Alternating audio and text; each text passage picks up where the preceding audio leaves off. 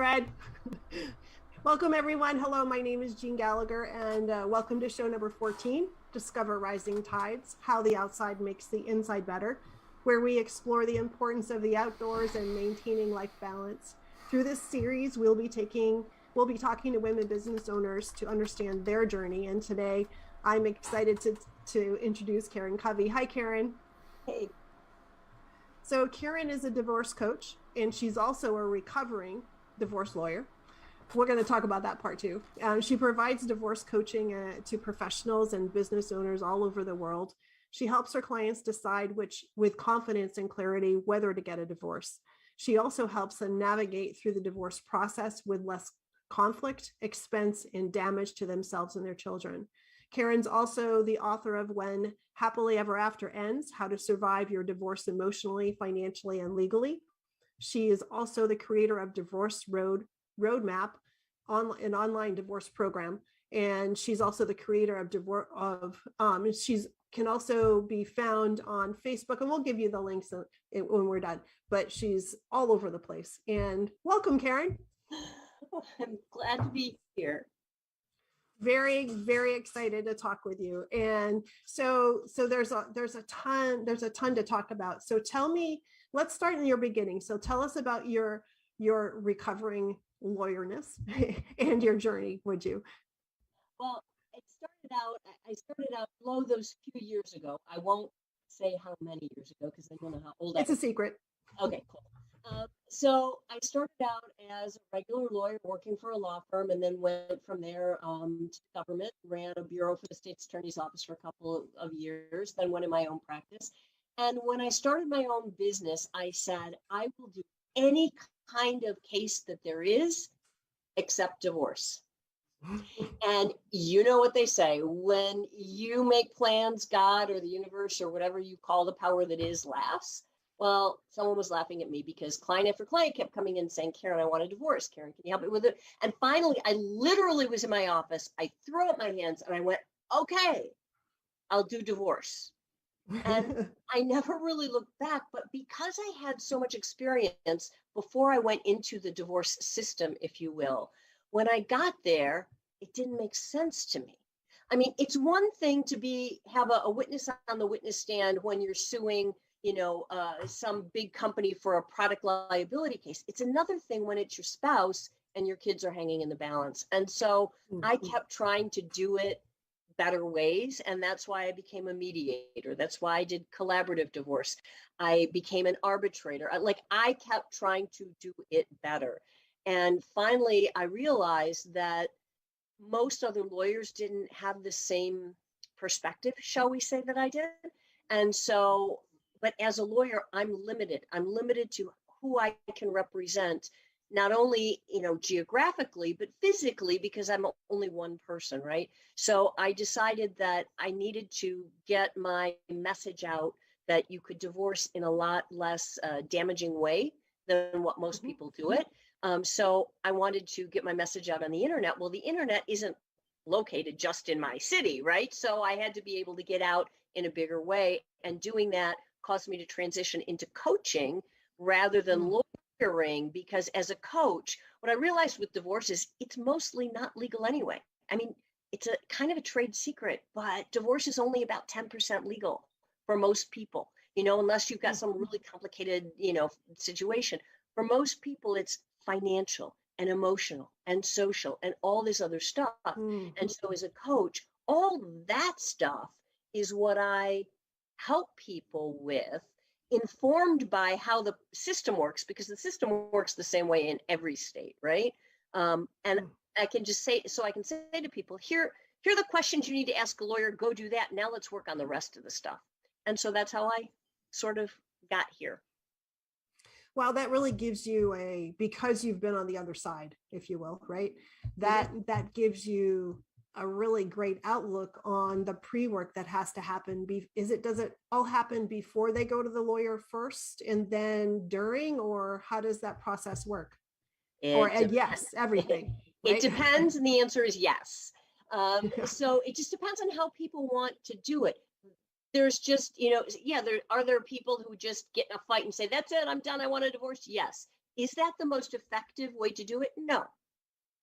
It's like anything else in life. If you want to do this with the least amount of damage and the most amount of intention, and to actually end up where you want to be when this is over, you need to plan. You need to set goals. What do you want? What's your plan? How are you going to get there? And then if you do that and you get your ducks in a row on the front end, before you go to a lawyer, before you file, before you whatever, you are going to have a much better experience than if you just slam into the divorce lawyer's office and hope for the best. Wow, that makes sense when you put it that way.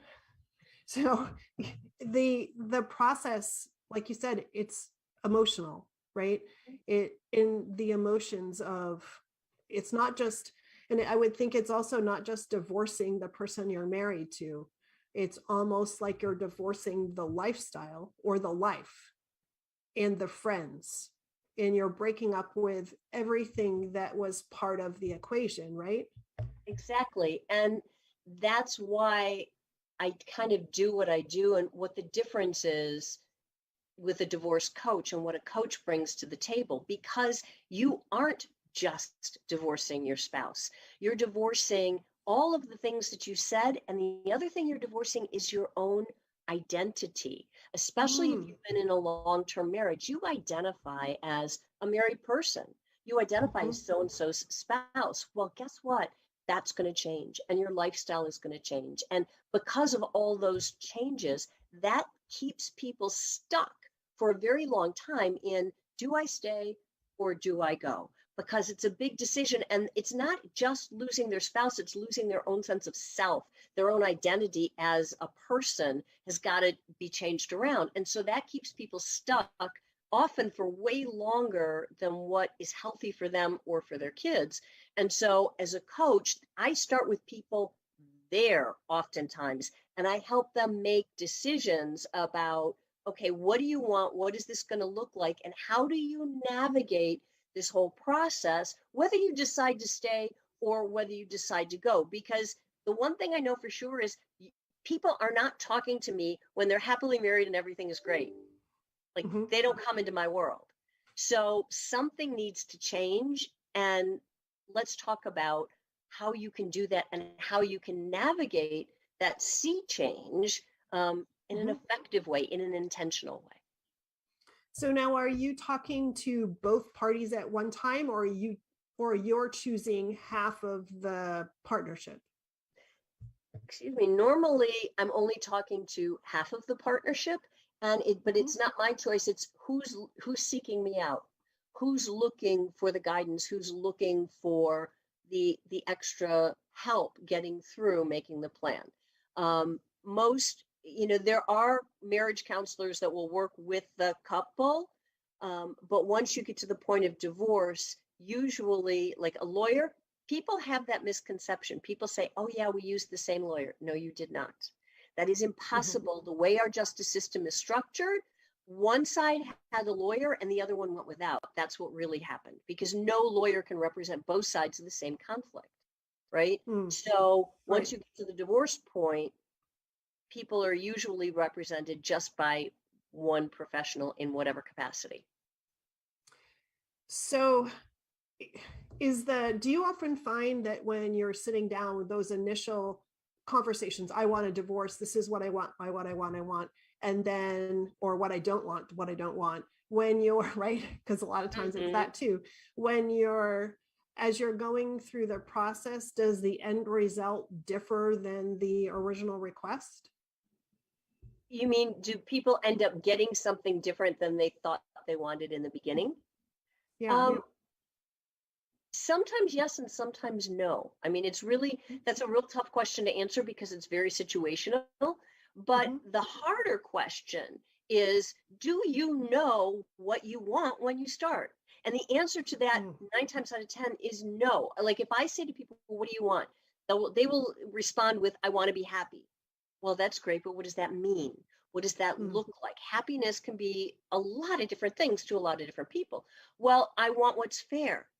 A friend of mine, a very good friend of mine who was also a divorce coach, used to say that fair is the 4-letter F word of divorce. because there is no such thing as fair. What you think is fair is different than what your spouse thinks is fair, and what the judge thinks is fair probably is nothing like what either one of you think it's fair. So you've got to start with, what do you want? And you've got to be able to clearly say, this is what I want. And what you said before, saying what you don't want, that's great. But that doesn't, I mean, it can help inform what you want, but you have to know what you want, or you're not going to have a chance to get it. And that seems so basic, but people go in and I want a divorce. Well, great. I can promise you, if you start this process, you will get divorced. You will end up at the end, you will be divorced. But where are you at in your life?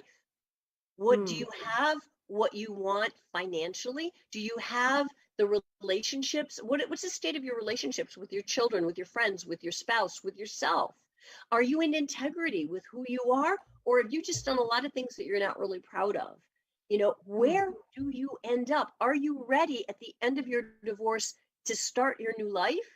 Or have you just sort of wandered into a place that now you need, 5 years of therapy to get your head back on your shoulders? Those are the questions you got to ask. Wow, there's so much that I'm sure that most people don't even understand. And as we're talking through this, if anybody that's listening has any questions, feel free to call in. The number is 323-580-5755. Karen will be glad to answer those questions as we're talking too.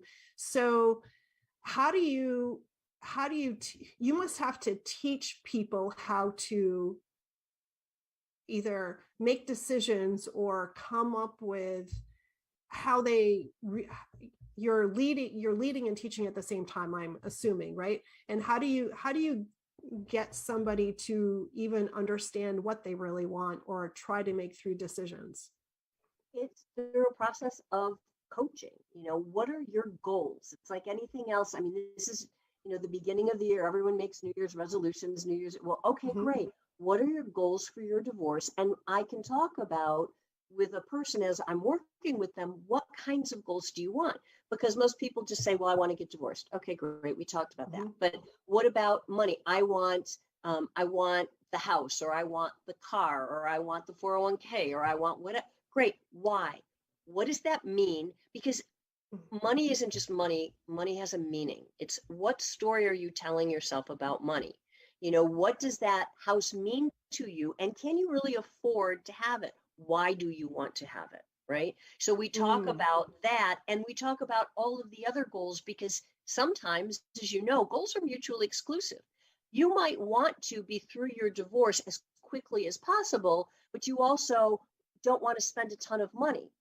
Well, those two can be in direct conflict, right? It may cost you more if you want to do it faster, so that you just buy your way through it. Or maybe that's not possible, so you've got to decide, what's your most important goal? What's your top priority, right? And I usually take people through, an exercise where I have them dump everything that they want onto a piece of paper. And then I say, you're going to take this and you're going to make 3 lists. And the lists are going to be, what do I absolutely need? What do I want? And what would it be nice to have in a perfect world, but it really doesn't matter too much. I could live without it. And then you take that need list, you prioritize that, and you say, okay, this is the most important thing to me. And the challenge is, you can't have 10 most important things. You get 1 most important thing, maybe 2 you can squeak by with, but that's about it. Because then you use those most important things to inform the decisions you make as you go along through your divorce. Because what most people don't realize is, when they're going through a divorce, they are going to have to make more important life decisions in a short period of time than they are at any other fixed period of time in their life, right? So you have to know, and what happens is, because they don't understand that they're going to have to do this, they're not prepared for it. And so they make decisions haphazardly, and then you end up with a mishmash of an outcome. And that's when you end up saying, okay, this is great. I got all the Tupperware, but I don't cook. Meanwhile, the stuff that I cared about, my spouse got, right? So you've got to use, there's a strategy, there's a structure that if you follow it, it gives you a better chance to end up where you want to be. Wow. And that's a lot. Honestly, that's just so much to think about, that I'm sure that a lot of people don't realize that they just have this emotional, I just want to end this chapter and start something new, without even understanding what does that look like today and tomorrow. And then what does it look like when this is all done? What does this look like, right? That whole other stage of conversation must be challenging too, because they don't necessarily know that they needed to think about that. Is that right? Exactly. And you can't, here's the other challenge is that you can't think of it all at once. It's like my father used to say, God rest his soul, he'd say, you can't eat the whole apple in one bite, and you're going to choke. So if you're in the very beginning of your divorce and you're just trying to figure out, do I stay or do I go? Or your spouse is the one that came to you and said, we're getting a divorce, and you're shell shocked and trying to figure out what your next steps are. If you're trying at that point to decide what you want your new life to look like, I got to tell you, it ain't going to happen.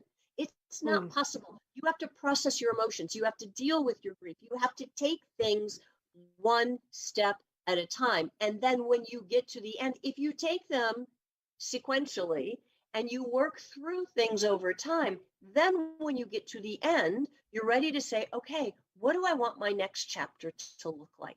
What do I want this new life to look like now that I've been given the opportunity to have a new life, right? And then you get to create. But you can either deal with all this stuff as you go through it, or you can make this mess and wait until the end and then go, okay, I'm divorced. Now what? Now what? Yeah, and I would think having that conversation of, here, if you do this, this, and this is what the other side might look like, can all honestly make changes to what they might really need to have during the process, right? Like, Very oh, I much. never knew that if I did that, that's what I'm going to get. Well, maybe that's not what I want. Yeah, exactly.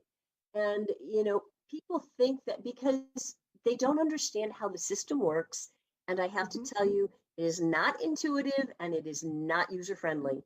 And COVID has not helped, right? Because most of the courts all over the world are in some stage of virtual, right?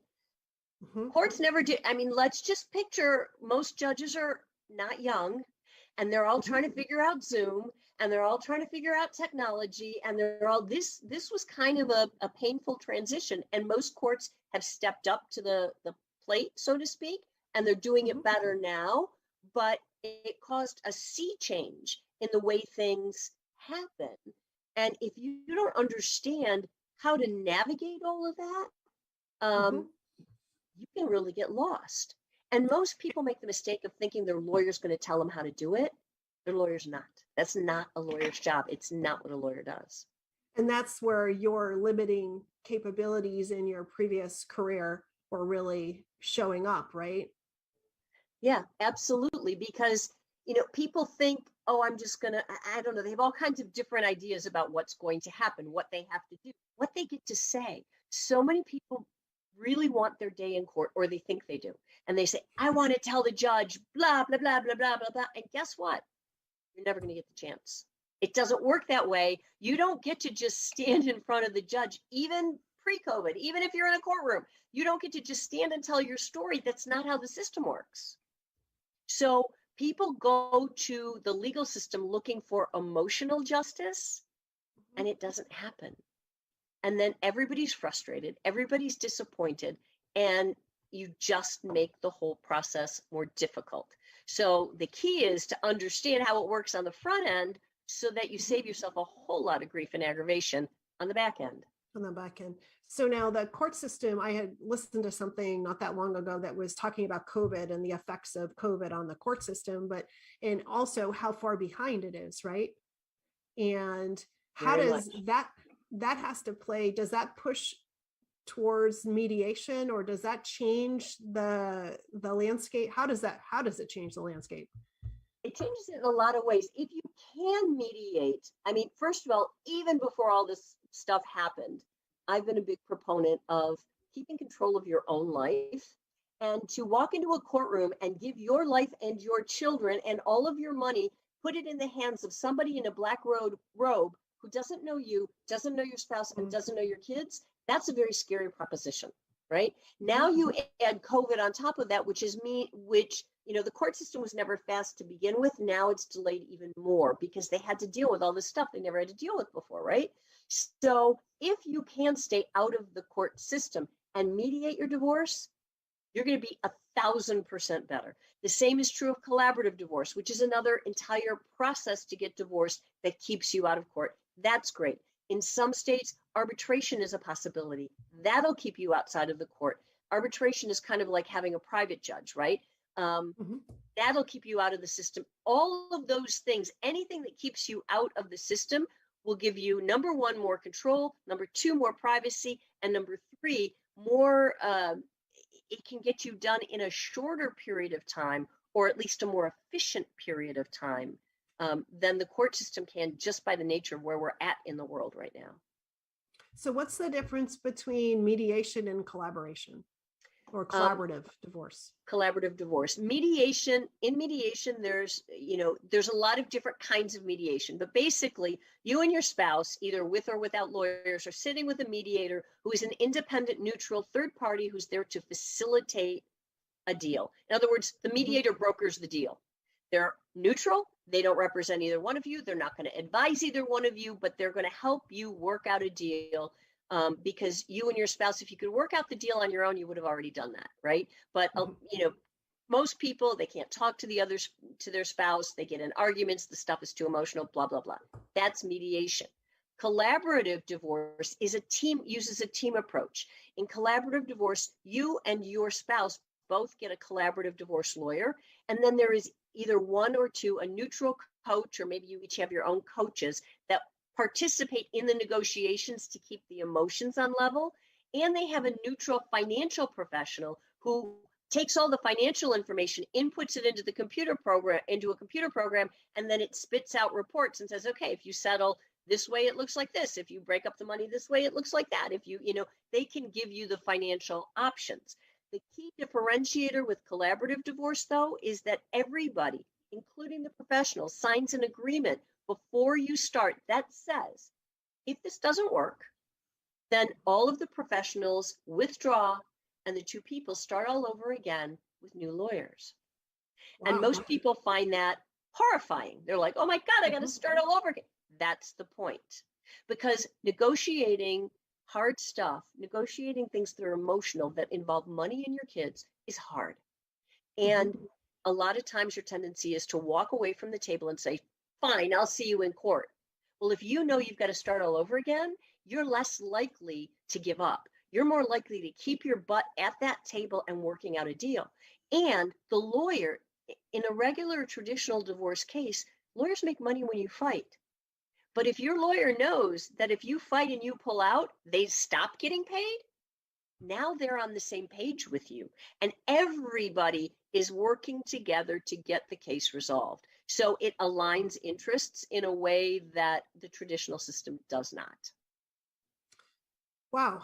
Yeah. And so really it is all about knowing that you should have resources on your side, that you can talk about the process or talk about without pressure of somebody looking over your shoulder, right? And giving you a chance to figure out what you really, really need or you really, really want out of this conflicting situation that's going to create a rift in everybody's life.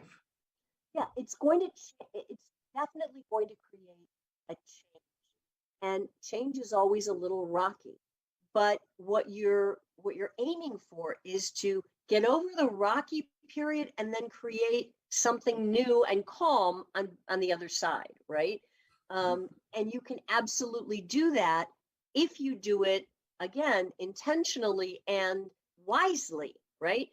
It's really hard to sit in court and have your lawyer ripping your spouse's face off in the afternoon, and then you go sit at the same soccer game next to each other and try to be nice for your kid. Human beings don't work that way. You want to just shoot them when that happens, right? You can't be civil. And yet your kids are going to be your kids, the two of you, your kid forever, Forever. no matter Yeah. what you do. Parents are Mhm. parents forever. So if you want to do it wisely, it makes sense to do it with more intention and to stay out of court. So how difficult is it for you as a coach to get your clients to remove their emotional reactions and to think more of, business like or more process like versus emotionally? That's got to be incredibly hard? It is, but it's not. I mean, first of all, you never really remove your emotions. The question is to understand when they come up and to not let them influence you in a way that's not productive. And you do that by keeping your eye on the goal and understanding what you want and why it matters. If you have a big enough why, I think, I can't remember what smart person said this, but if you have a big enough why, you'll come up with a better how, right? And Mm. so if you understand why you're doing what you're doing, then you can work through the emotion and it starts with awareness. If you are aware that, oh, your blood pressure's going up, you want to just punch something, and that, then you can say, okay, wait a minute, I need a break, go take a walk around the block, come back, sit down and do. So it starts with awareness and then having a coach there to say, remember your end game. Remember your end game. What are you doing this for? That it all helps so that you don't make those emotional decisions that you regret later. And your process, or this process that we're talking about, is also outlined in your book, right? Yeah, well, in the book, it doesn't talk so much about the decision of whether to divorce. It takes people from, okay, you're getting a divorce, here's how you do it. And so it goes through all the things that we talked about goal setting and what do you want? What do you need? What matters to you? And I also talk in the book a lot about what I call the 3 universal principles of divorce. Mm. And those are responsibility, control, and karma. And I like the last one. Yeah, in a Because that last word, one, if you do the first 2 wrong, the last one will show. yeah, the last one comes and bites you no matter what. But it's No matter about what. taking responsibility for your own divorce. People want to give it to a lawyer. Here, fix it. And that's not what a lawyer does. So it's about being responsible for your own experience, controlling yourself and not trying to control your spouse, because if that would have worked before, you would have already done it. And then doing the right thing. Karma happens, and it doesn't matter whether you get caught in the legal system or not. It will catch you, period, full stop. So do the right thing. Do the right thing. The golden rule prevails. Always. So we have a question from somebody in Denver, and she wants to know the person wants to know if you're going to be offering any coaching training. Do you train coaches? No, I do not at this point. I do not. I don't train other coaches. There are a lot of programs out there that do. I got my coach training at some place called Certified Divorce Coach. And you can look that up online and it's available to people. I would recommend that, but I do not have my own coaching school. What is the process for being certified, since we're talking about that? How do you go about? So you take the course. Yeah, it's a program. I don't remember how many months it was at this point. I think it was a 4 or 5 month program, something like that. And there were classes, multiple classes a week, and you had homework and modules and blah, blah, blah. And you go through the training. And even though I had been a divorce lawyer for decades at that point, it's more than just, it's not going to teach you the law. It's more about the skills of coaching. How do you get somebody through the process as a coach? So it was more that kind of training. And there's a practical part, a hands-on part, as well as, just the classroom part. So I thought it was a really good program. Could you give the website again for the program? Just Google Certified Divorce Coach. It's CDC. And they own that URL. I don't know if it's certifieddivorcecoach.com. And it was run by a woman named Peggotty Cooper. I assume she still runs it. I'm not sure. Perfect. There was a question to have you redo the website. So thank you very much. That's good. You're welcome. So what's the process for you to, you're dealing with people in a very stressful situation, their stressful situation, not yours, obviously, but how do you keep it that way? How do you not absorb their emotions and their stress? How do you not bring it home? Actually, it's interesting, but it's the opposite, because I am the most happily married divorce professional I know.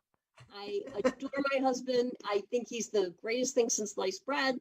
And every time, dealing with all of the divorce stuff that I deal with makes me go, thank you, God, thank you, God, thank you, God, a million times. So it's just, I don't know, somehow along the line as a lawyer, you learn to just sort of put that shield up, because you can't bring it all in or you can't function, right? It's like a doctor, same thing. So I don't know, I just do it and use it to fuel me for other things. And so let's talk about other things for a second, and then we're going to circle back to your practice, but let's talk about other things for a second. So when you're not coaching, how do you keep yourself busy? What do you do outside of work? Interesting or question. More outdoor related. Yeah. No, I'm a health club rat, a gym rat, I guess you would call it. I don't know. I love Zumba. I love working out. I do, all kinds of just stuff in the gym, and I love to get outside too. I'm fortunate enough to live by some beautiful parks and the Morton Arboretum in the Chicagoland area, which is gorgeous. It's got all kinds of trails. And so, get outside, see, I really think, especially now during this COVID time, it's so important for people to get outside, breathe a little bit, walk, run, bike, do it. It doesn't matter. You don't have to be super athletic. Just get out and breathe and do something, and get a little change of scenery, so that's what I do. Yeah. A lot of people think that you either have to be, like you said, super athletic, or you have to have the right equipment. And well, I don't have the right equipment. I don't have the newest gear. So what do? The whole idea is the hardest part is getting your butt out of the seat and out and going out the door. That sometimes, even for me, is the hardest thing, to break what you're doing and to get outside. How do you feel? What does going outside do for you and your thought process and how you work on a regular basis? Oh my gosh, it totally clears my mind. And not only that, and all right, I have to say, I'm born and raised in the Midwest, lived here my whole life, not a big fan of the cold, but I can say this: the cold will get you clear faster than anything really else. Quick. Really, really fast. So I've come to, as I get older, appreciate there's a beauty to the cold too, and it's just getting outside and seeing that there's life. I mean, so many of us, me especially right now, I'm stuck in front of a computer so much of the day. It's like easy to feel like you're a part of the computer. I am not a machine. I need to be outside and see the birds and the squirrels and the trees and the, whatever else is out there. And it just makes a difference in not only physically how you feel, but also how clear your head is. That's a really good point. I find the same thing, because COVID has made all of us very much Zoom related or computer. We might be talking to people on a regular basis. Well, you and I, we talk every Tuesday because we're in a networking group, and it's done so much to bring all of us together, because before COVID, I don't know that you and I would have met. And exactly. Now it's broadened our horizons, and logistically we're not just stuck in our little area, and that changes for business too. So now for your business, prior to COVID, was it mostly Chicago local, or had you already started to branch outside of the Chicago area prior to COVID? I had already started to branch out as a coach. That was the whole point, was to expand out of my area. But as a lawyer, I was very much local. I mean, it was one courthouse, one county, I practiced in a couple of counties, but primarily one. Hmm. So it was very, very local, but I had already started to make that transition. So when COVID hit, like I've been Zooming for years before COVID. And I was A just professional. chuckling like, oh, everybody just discovered Zoom.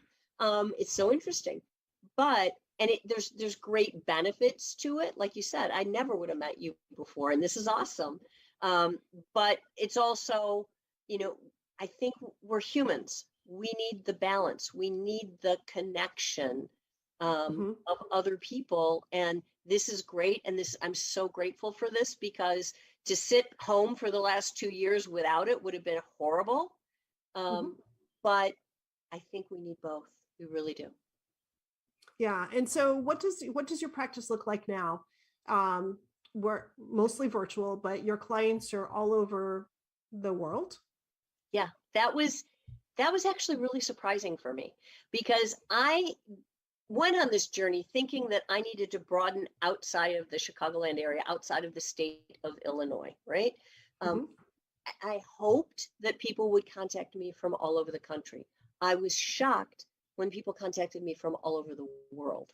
And the truth is that that when you start with the decision of do I stay or do I go, what do I do with my marriage? That's Hmm. a universal decision. It has nothing to do with where you live. Every human deals with those kinds of questions. And that's where I start with people.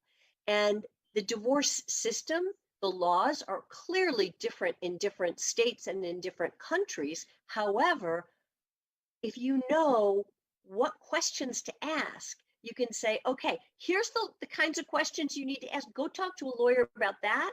But here's the other stuff. If you're getting divorced, I don't care if you are in Kentucky or Chicago or Canada or the UK or anywhere, you're going to have to find somebody's going to have to move out. Someone's going to have to find a new place to live. Someone's going to have to figure out when you're going to see the kids. You're going to have to figure Hmm. out what to do about the money. Like the structure is the same. So many of the issues are the same. And yeah, the law of where you live is going to affect how that all plays out, Hmm. but you still got to deal with all of it. Mm. And so when people are considering they're having this feeling, I think I need to get out. Do you have any quick tips? I don't even know if you can ask this question because there's nothing quick about this process. Are there any quick tips for them to recognize here's what you're feeling and maybe here are some first steps that they can do? Um, it helps you have to start with with where you're at. Why are you feeling this way? What is it that's going on? And that's a big question in and of Hmm. itself. And I'm a big believer in therapy, and individual therapy can help you dig in your own self to figure out what's going on with me. Why am I feeling with this way? What's bothering me?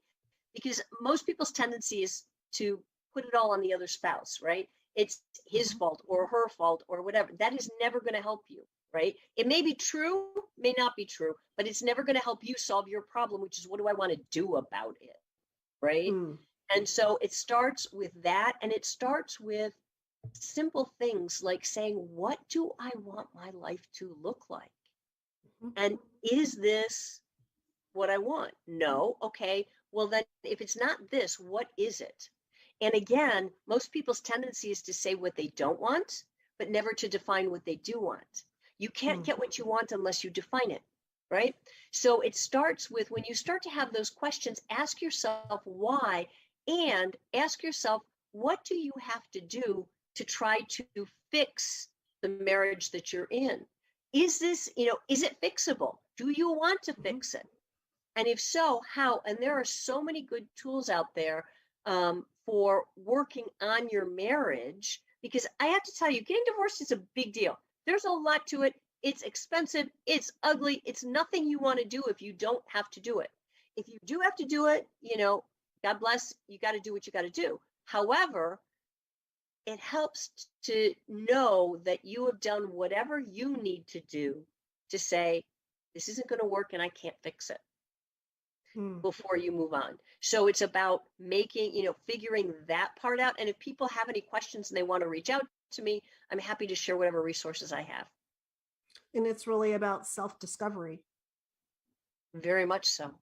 Mm. Very, very much so. And why do you want to get a divorce? What do you think life is going to be like? What is it that you're trying to create? And are you trying to create a new life or create a life and this one won't fit? Or are you running away from something you don't want? Because if Oh, you're wow. running away, whatever you run away from, it'll find you again. Mm-hmm. So Wow. deal with it now or deal with it later. Through the self-discovery process, do you ever find that the couple actually decides, you know what, we really don't want to get divorced? Yep. There's good news in all this, right? Oh yeah. I have had some, I don't have to count actually, but I've had many people who through coaching have come to me and said, you know what? I don't need you anymore. We're good. Awesome. Wow. And that works too. And I don't want to give anybody, false hope. I'm not a miracle worker. However, there are things that you can do and that you can try, and sometimes they work. Sometimes the problem is it's just, getting to a different way of communicating or talking to people or, talking to your spouse, dealing with whatever the issues are in your marriage. If you can get to that, sometimes you're good. Other times you've waited too long and it's just over, but it happens. So on the positive note, when it can be resolved positively, how do people find you? How do we reach out and find you? The best way is on my website. It's KarenCovy.com. It's KarenCovy as in Victor Y.com. There's no E in Covey, or I would be related to somebody famous, which would be really cool. I would love to be related to Stephen Covey or Stephen M.R. Covey now because the father is passed, but I'm not. So KarenCovy.com on my website. I am Karen Covy on Twitter, Facebook, LinkedIn, and YouTube, and the book is available on Amazon. So it's all under my name. That's fantastic. Karen, I want to thank you so much. This has been a blast to talk with you and so much information that you've shared. And you are a wealth of knowledge, not just knowledge, but what you bring to couples as they're going through this really difficult time. So thank you so much. It's been a blast. And we'll make sure that your contact information is in the show notes too, so people can find you and get help. I've been so honored to be on the show. This was I enjoyed this. Thank you so much. Thanks, Karen. Have a great day. Thank you so much for listening today. Today's show is sponsored by Seaside Solutions, my financial services company. As a business owner, it's easy to be pulled in many different directions, and often taking care of yourself plummets to the bottom of the list. For me, I find myself outside to reground. My time outdoors helps me manage my day more effectively and be more present for my clients. Through this, Discover Rising Tides was born. At Seaside Solutions, we truly believe that education is the foundation of financial wellness. Our primary focus is to provide guidance that is designed to help you achieve your long-term financial goals and visions. Working with a plan allows space for doing more things that you love, like being outside to make the inside better. If I can help you create or realign your plan, or if you would like to be added to my weekly newsletter, please let me know. This week's topic was 5 ways to set more achievable goals. Your referral means the big, beautiful world to me, and if I can help, please let me know. And thank you so much for listening, and see you next time.